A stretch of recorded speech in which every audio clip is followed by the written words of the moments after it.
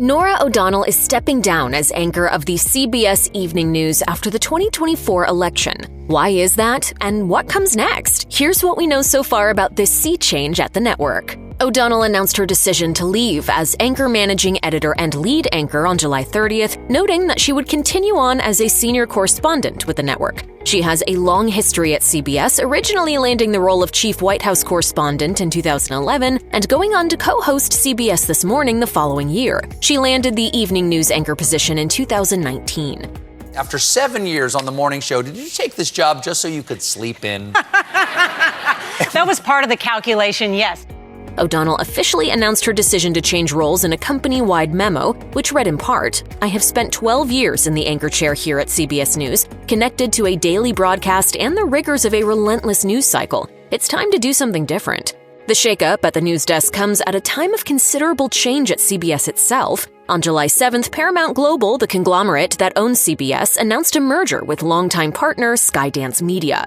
This change also prompted CBS News president Ingrid Cyprian-Matthews to announce that she would step down from her role as well. According to the New York Times, Cyprian-Matthews alluded to the massive layoffs resulting from the merger as an inciting factor in her decision. CBS has announced that O'Donnell will be replaced at the evening news desk by two men, John Dickerson and Maurice Dubois. Both are established journalists at the network, with Dickerson previously hosting Face the Nation, co-anchoring CBS This Morning, and hosting The Daily Report with John Dickerson. Dubois has an established history with New York CBS affiliate WCBS-TV, co-anchoring CBS 2 News at 5 and CBS 2 News at 11. Even so, the network's decision to replace its female anchor with two men did not go unnoticed. Katie Couric, who anchored the CBS Evening News from 2006 to 2011, penned an August 11th op-ed for the New York Times to criticize the decision. She wrote, "Soon on the big three networks, there will be 4 male anchors. More important, the 3 people behind the scenes making most of the editorial decisions will be 3 white men."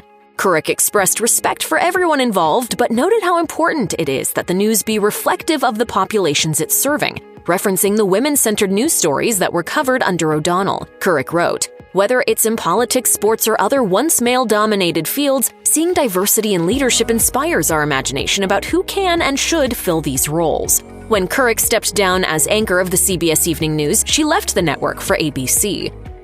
I'm looking at all sorts of opportunities, and I promise when I make a decision, I'll come back.